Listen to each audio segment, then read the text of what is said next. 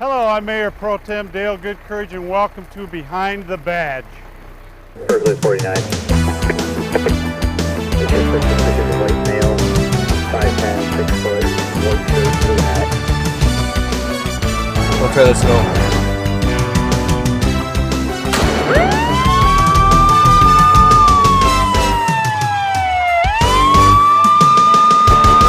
Hello and welcome to Behind the Badge. I'm Sergeant Mike Crum with the Berkeley Department of Public Safety.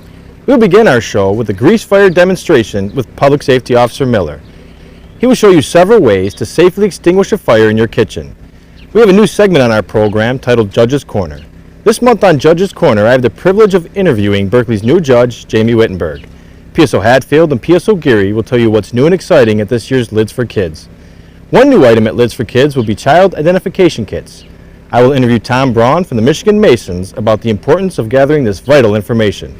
We will introduce Berkeley's newest officer, James Guerrero, and Berkeley Days with Helen Van Heusen on Community Calendar. It should be a full and exciting show, so let's get started right away with Public Safety Officer Miller and the dangers of grease fires. How you doing today? Today we've got a lovely day out. We've got the sunshine, it's getting warmer, so we thought we'd bring Behind the Badge outdoors. Today we're going to talk to you a couple different topics about fire safety. One being fire extinguishers, the other being a live grease fire demonstration. Let's first talk about fire extinguishers. As you can see, I have three different size fire extinguishers. There's all different sizes and shapes. Most notably, each extinguisher will have a label on there. It'll tell you what the extinguisher is used for. It'll be a symbol of A, B, or C. A will talk about your normal combustible materials, clothing, wood, paper products. B is going to be for flammable liquids. C is going to be for more electrical equipment.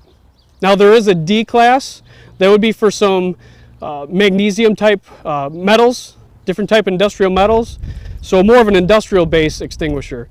The common household fire extinguisher should be an ABC extinguisher. That's going to cover the broad spectrum of what the fires will be that you'll encounter at your household. A couple things that you want to look at. Sizes and shapes. This is an ABC extinguisher. You can notice the small fluted tube at the end. The CO2 extinguisher is for your Class B and Class C fires. You can notice the large shroud at the end. That's a good indication that that's a CO2 extinguisher. When that comes out, it'll be a cold compressed gas, and basically it suffocates the fire. That's how it extinguishes. With the ABC extinguisher, it's got a dry chemical base in there along with a pressurized canister, and that'll smother, take away the oxygen, and yet coat whatever's burning. There's a couple different silver colored extinguishers that you have. This one is a K. Now some people might not be familiar with the K, and what this is for like food grease fires, fatty fires from grease, maybe your barbecue grill, or more of a restaurant type base extinguisher. So a good indication would be K, stands for kitchen. Some of your kitchen extinguishers are going to be a small little white canister. They store easily next to your, a lot of people put them next to their sink, underneath their sink. The best thing to do is keep it quickly accessible, yet not right next to your stove. Obviously if we had a fire here, you wouldn't want to be reaching into the fire. So a good place would be next to your sink or underneath your sink. Again, keep it accessible. They come in various sizes, from this size all the way up to a small little canister. Another silver, larger container that you're going to have is just a compressed tank of water and air. And you're going to use that to extinguish. And that's going to be more your paper and your wood-based products. Again, you're not going to want to use that on your Class B fires, your fuel fires, because there you're going to spread. Later in our demonstration, we'll actually show you what happens when you use water mixed with fuels or grease. Now let's get back to your Class ABC extinguisher. A couple things. Nozzle, you have the pin, and you have a gauge. And as you can see on our screen, the gauge is a little more clearer. And what you want to look for is you want it to be in the green. The green indicates that it's fully charged and it's ready for use. If it's in the red, it means it may not have adequate pressure to extinguish your fire. So the things you want to look for, make sure your nozzle is clean and free. Check the end of it, it's not plugged. Make sure your gauge is in operating condition and your pin is securely in there. A lot of times they'll have a little plastic clip. In a second here, we're going to have firefighter Len Dichtel demonstrate the use of extinguisher while I explain it. And we'll show you the 3 steps. Okay, now we have a simulated grease fire on the ground, or it could be paper or wood products, and we're going to explain and demonstrate how to use the extinguisher. First thing is, it's called pass. You pull, aim, squeeze, and sweep. So the first thing he's going to do is he's going to pull the pin, break it free from the plastic holder, and they're on there good. Pulls it, drops the pin. Next thing he's doing, he's going to stand up. He's going to get near the base of the fire, about 3 to 4 feet away.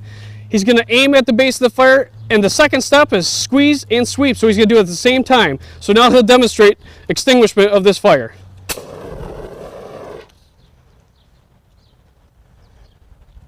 Once you've extinguished the fire, you're going to retreat another 2-3 feet back and monitor it. If it flares up again, you'll give it another burst. As you can see, it didn't take much to extinguish that fire. Now we're in our makeshift kitchen. Obviously it's outdoors for fire safety purposes. We've got adequate personnel just for the utmost safety. What we're going to do is we're going to make a simulated grease fire. We're going to show you a couple different methods of extinguishment. Now you've probably heard about using baking soda. In this case, baking soda will work great. However, it takes a tremendous amount of baking soda to actually smother and cool the fire. We're going to show you some quick tips, something real close to you in your kitchen that'll be faster than digging through your cupboards or your refrigerator to find your baking soda. So right now I'm going to ignite the fire. Okay, now you can see we have a working grease fire. It's still manageable. So the first thing you could do is you have a lid, grab your lid, simply put your lid on top. Now once you place the lid on there, don't take it off too soon, because if you take it off too soon, it'll flare back up because that's still heat. Next, you can just grab a wet washcloth or a wet towel, run it under the sink. It can be completely wet. Drape it over your pot, smother it, and there you go. Once you've smothered it, you don't want to lift it, you just want to stand back. This would be a good time to not panic. Call 911. Have your fire department come out anyways. This may look like it's extinguished, but if you take this off, it has a good chance to flare back up. It's always a safe idea to have fire personnel at least respond and take a look and say that you're okay. One thing you don't want to do if this is lit, you don't want to start walking through your house, panic, and throw it outside. If you have hot grease in there, it could splash on furniture, carpeting, or cupboards, and then ignite that, burn yourself or your clothing.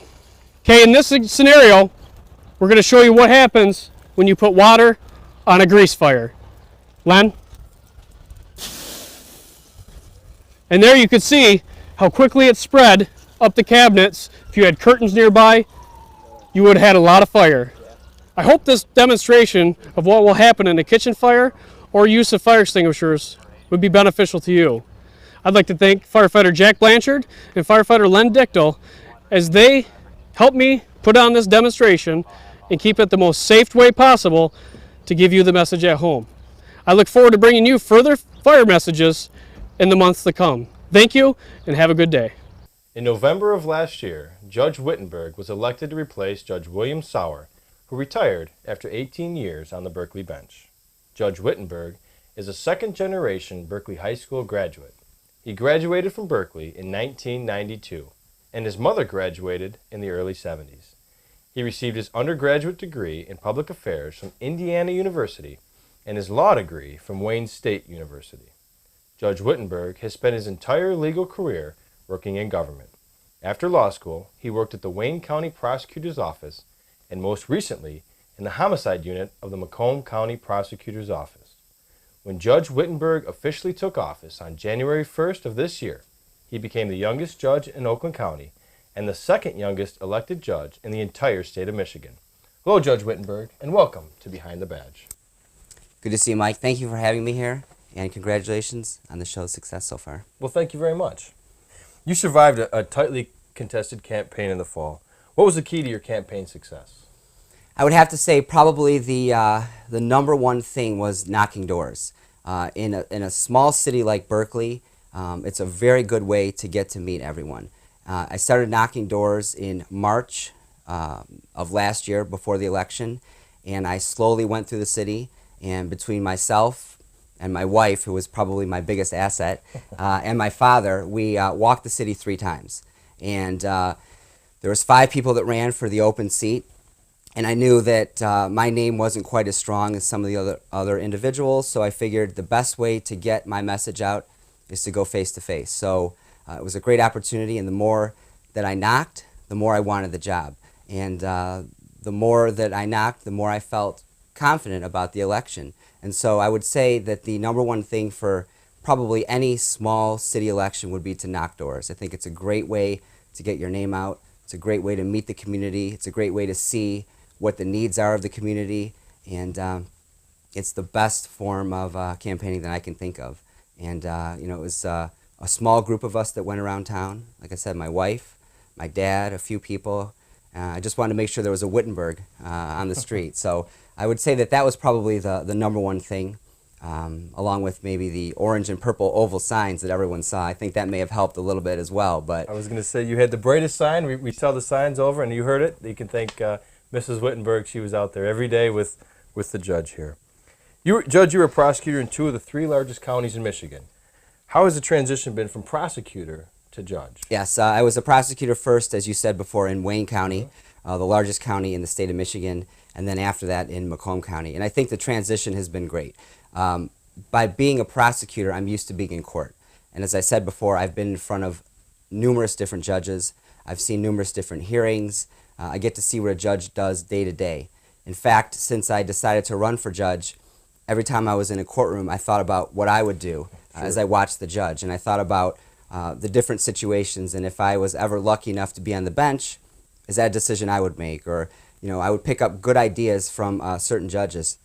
In fact, there's things I've been saying in court recently that, as I say them, it reminds me of the judge, Judge Mark Switowski, the last judge I was in front of, and some of the words that he says and how he addresses people.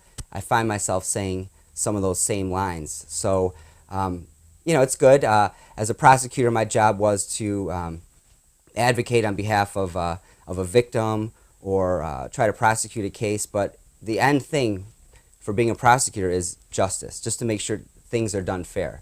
A prosecutor necessarily doesn't have to get a conviction, they just want to make sure there's a fair trial. So moving over to the role of a judge has been a smooth transition, because I know that what you're looking for is to make sure there's a fair proceeding. The defendant is represented fairly, the prosecution tries a good case.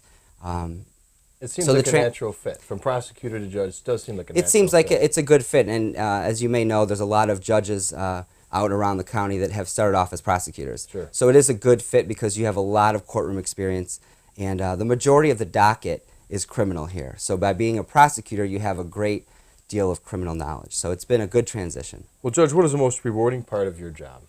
Well, as I said, again, the most rewarding part is the fact that what I'm doing gives back to the community, and the fact that I'm working so close to home. And it's just been a great experience going out in the courtroom. When you have sentencings, you're dealing with people that aren't necessarily bad individuals. They've made mistakes, and sometimes it takes a judge or court proceedings to kind of get them back on track. So if I can make a difference in somebody's life or help them out as far as, you know, probation or different things or different programs that the court can do for them, you know, that's been rewarding. I think if you asked me that question 3 or 4 months from now, I would tell you that the programs that we're going to do in the schools and the interaction with the schools will be some of the most rewarding things that I do. One final question for you, Judge, if we could. This question is from one of our residents. On our show, we like to have our residents call in or write in questions. And this question comes from Natalie. She's a 3rd grader at Rogers Elementary. Would it be okay if Natalie asked you that question on the air? Absolutely. Okay. Absolutely. Go ahead, Natalie. Judge Wittenberg, why do judges wear black robes in the courtroom? Thank you for the question, Natalie, and that's a very good question. In fact, sometimes my daughter asks me that very same question. Actually, it goes back to the early days of our country, when our founding fathers, in particular John Adams and Thomas Jefferson, were deciding how to set up the legal system. There was a discussion on behalf of John Adams to set up judges like they do in the English system, like they do in England or Britain, to wear red robes and wigs. And that's what John Adams wanted. And Thomas Jefferson wanted judges just to wear suits like I'm wearing. So what happened is they kind of made a compromise where judges would wear black robes but no wigs. I guess the black robe really symbolizes the law and it also symbolizes neutrality. When a judge puts on a robe, he's a sort of a neutral person. He has to decide. He doesn't take favor with the defense or the prosecution or anyone on his side. He puts on the robe, kind of wipes everything clean, and he becomes very neutral. So again, thank you very much for the question, Natalie. I appreciate it. Now we all know why the judge wears a black robe. Thank you, Natalie, for that excellent question. And thank you, Judge Wittenberg, for being my guest on Behind the Badge. Thank you, Mike. To our residents, I'm excited to announce a new segment here on Behind the Badge called Judge's Corner. Just as the name implies, Judge's Corner will be a short segment that provides information about our court. Here in Berkeley, we are very lucky to have our very own court, the 45A District Court. Next month, on Judge's Corner, I hope to introduce our new magistrate, Jody Debrick. Hello, I'm Officer Dennis Geary from Berkeley Public Safety, and we're here at Berkeley High School with Officer Hadfield from the Bike Patrol to speak to you about Lids for Kids. Drew, what is Lids for Kids? Lids for Kids is an event that we host here at the high school where we give out free bike helmets to the Berkeley resident children, any age up to 6th grade. Drew, when and where is Lids for Kids? Lids for Kids is here at the Berkeley High School on June 6th, 2009, between 10 a.m. and 2 p.m. Basically what we do is we have the kids come here and learn how to keep themselves safe. As the weather warms up, kids are going to be out on their bikes. We've added something new this year, which we're really excited about. We've got a couple helmets for kids that use skateboards or inline skates, where they may not want to wear a bike helmet. We've got another selection. We've only got a limited supply, so we hope everyone comes out for that. Excellent. And who puts on Lids for Kids? Lids for Kids is put on by the Berkeley Bike Patrol and the Community Policing Unit, who everyone's been familiar with, who's been using these videos.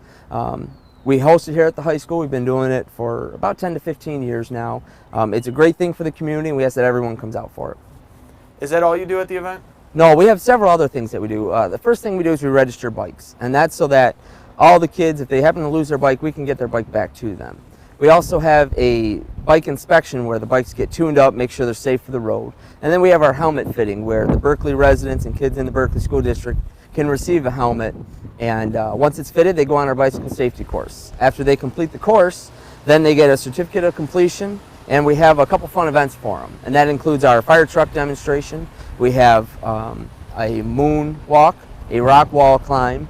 This year we added a fun dunk tank where you get to dunk one of the police officers. We also have several police cars that'll be here for the kids to play with. Sounds like a lot of fun events. How much do all these events cost?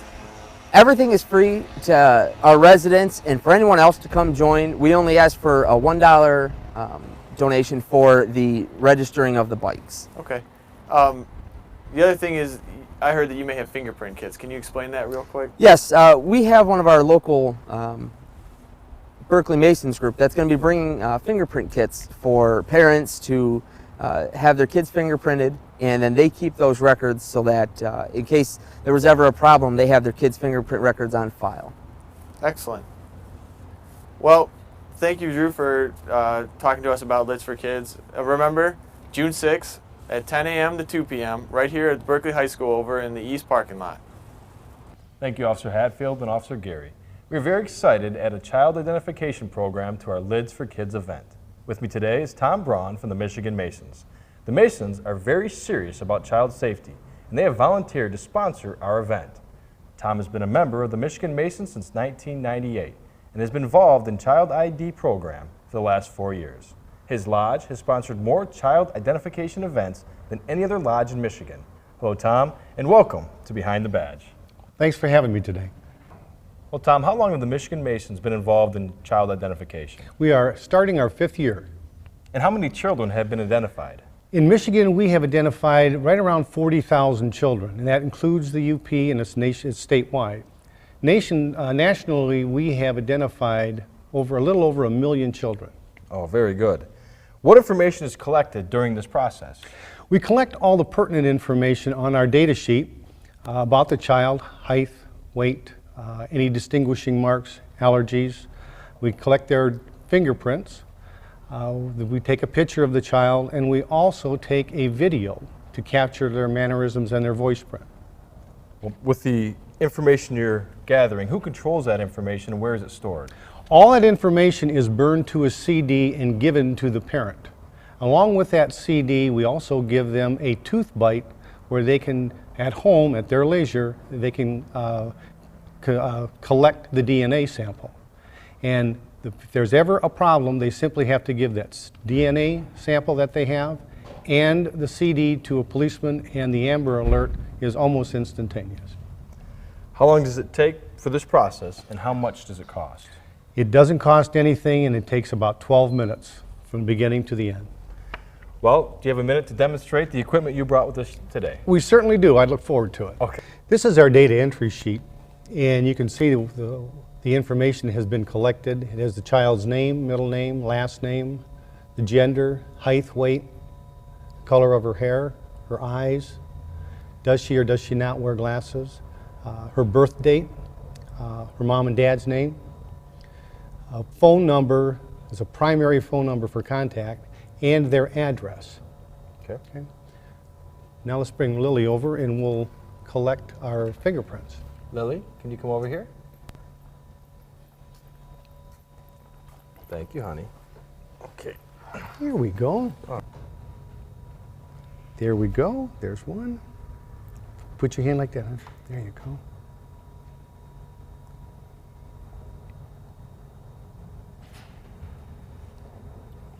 And you'll notice as we're collecting these fingerprints, it moves to the next space. And what that does, Mike, is it gives us 7 points of identification. Okay. And if it doesn't move to the next space, then you have to redo that print. It prompts that person collecting the fingerprints that the fingerprint is not as good as it could have been. So we have, when it moves on, then we have our identification we need. That's correct. What we're going to do now is collect a photo. We've moved to the next screen. We activate the camera. And there we go. I can move this down and adjust it to make sure she's in the shot. Okay, Lily, look right at me. There you go. A nice smile. Nice smile. There you go. Here, Lily, here's the microphone.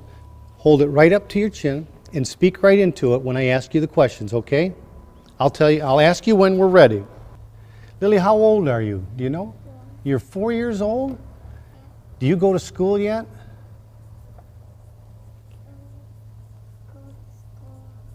Okay. Where do you go to school? Okay, once all the information is collected, this is our summary sheet. We have one more chance to look at it to make any changes. The parent's information is up on the top.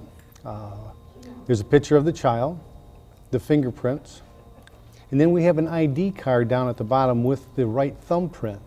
And this can be printed and taken by the parent and used as they can carry that in their wallet as an ID card. And then all of this information will get burned to this CD. It will have the child's name on it and the date it was collected. Well, thank you, Tom, for being my guest on Behind the Badge. Well, thank you so much for having me today. I certainly enjoyed it, and I hope that the event that you have coming in June will be a great success. Thank you. We are very excited to have the Michigan Masons join us at our Lids for Kids event. This is an excellent opportunity for our residents to help protect our children. The Masons will provide you with all the information you will need in case of an emergency, and they will do so at no cost to you. If you'd like to take advantage of this free opportunity, please join us on Saturday, June 6th from 10 a.m. to 2 p.m.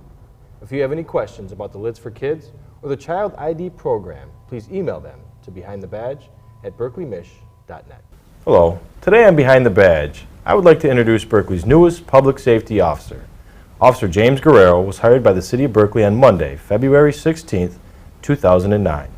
Officer Guerrero brings 7 years of law enforcement experience, 16 years of Army National Guard experience, including a recent tour in Iraq. Hello, Officer Guerrero, and welcome to Behind the Badge. Hello, Sergeant Crum. Officer Guerrero, could you tell us a little about yourself and your family? I'm married and we have 7 children. 7 children. Yep.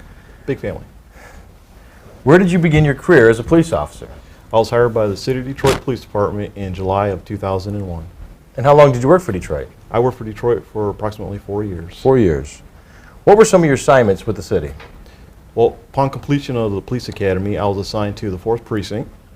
From there, I was reassigned to the Vice Enforcement Unit. What does the Vice Enforcement Unit do? Vice Enforcement Unit deals with prostitution. We would do reverse stings where we'd actually place a decoy on the streets and pick up people would try to pick them up and we'd arrest them for the violation. Also, we would do liquor license inspections, make sure that all the cities that sell liquor have their up-to-date license. And one of the main things also was after our parties and bars and that, we'd make sure that they'd close down at the proper time and not having selling alcohol past the curfew. Those are called blind pigs, right? Blind pigs, Blind that's pigs. correct. Yes. Now, why did you leave the city of Detroit? I left the city of Detroit because I was hired by the City of Flint Police Department. Well, that gets us to our next question. When did you go to Flint? I actually hired in the City of Flint in February of 2005. February of 2005. Yes. What were some of your assignments while you worked with Flint? My first assignment was patrol duty. I was assigned to the patrol division at first. Then from there I went to our community policing division, where we were responsible for attending community meetings and trying to go out and actually meet the citizens of the city and try to build a better rapport with them. Okay. Then from there I was assigned to our CAT unit, which is Crime Area Target Team, and our main task there was guns and drugs.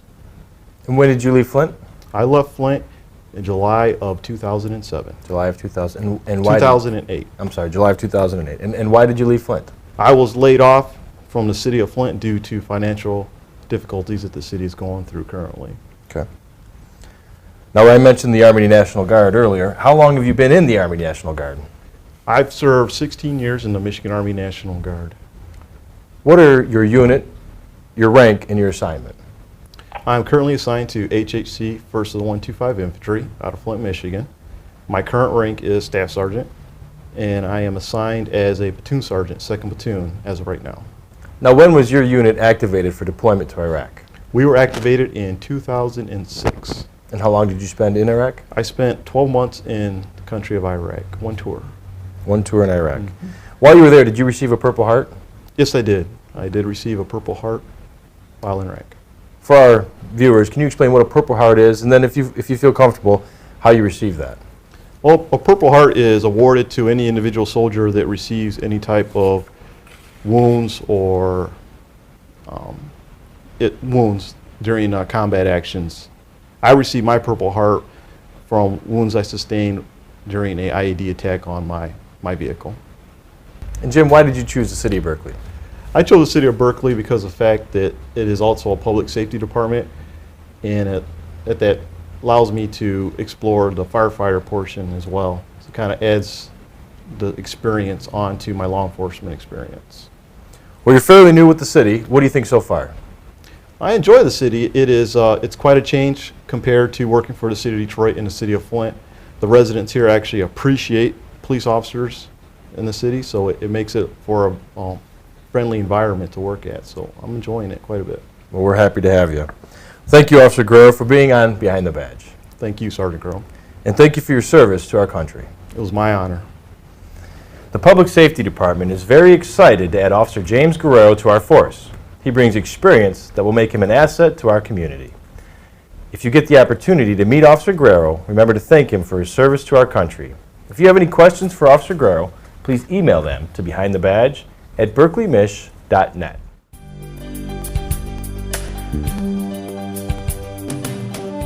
Welcome back to Community Calendar. It's May, and in Berkeley, that means Berkeley Days.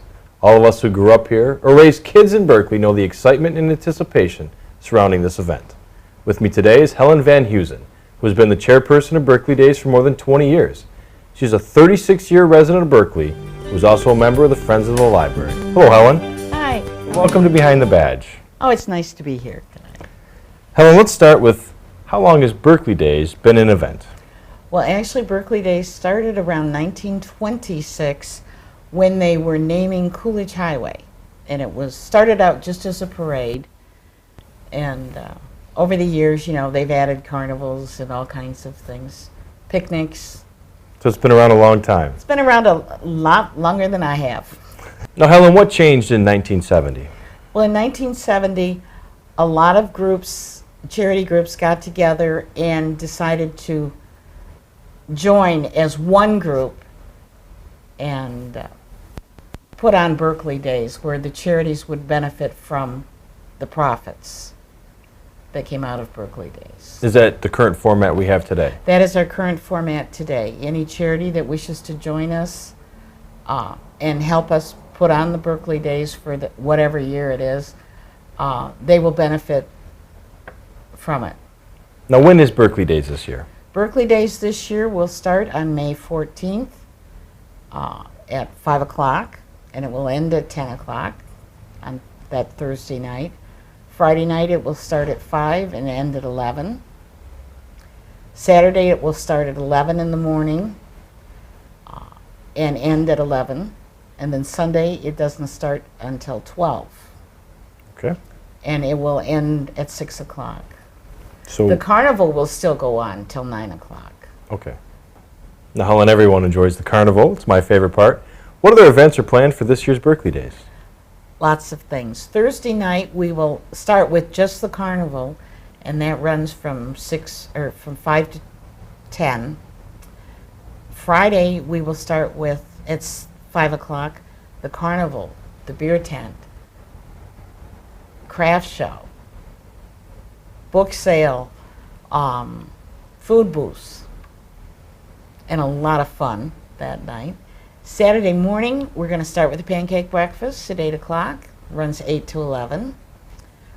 Then we will have the craft show will open, the food booths, the library sale, the beer tent, the carnival, everything's going with a horseshoe tournament starting that morning. Okay. And running all day. Sunday we will just open with the pancake breakfast again, and then everything opens up again.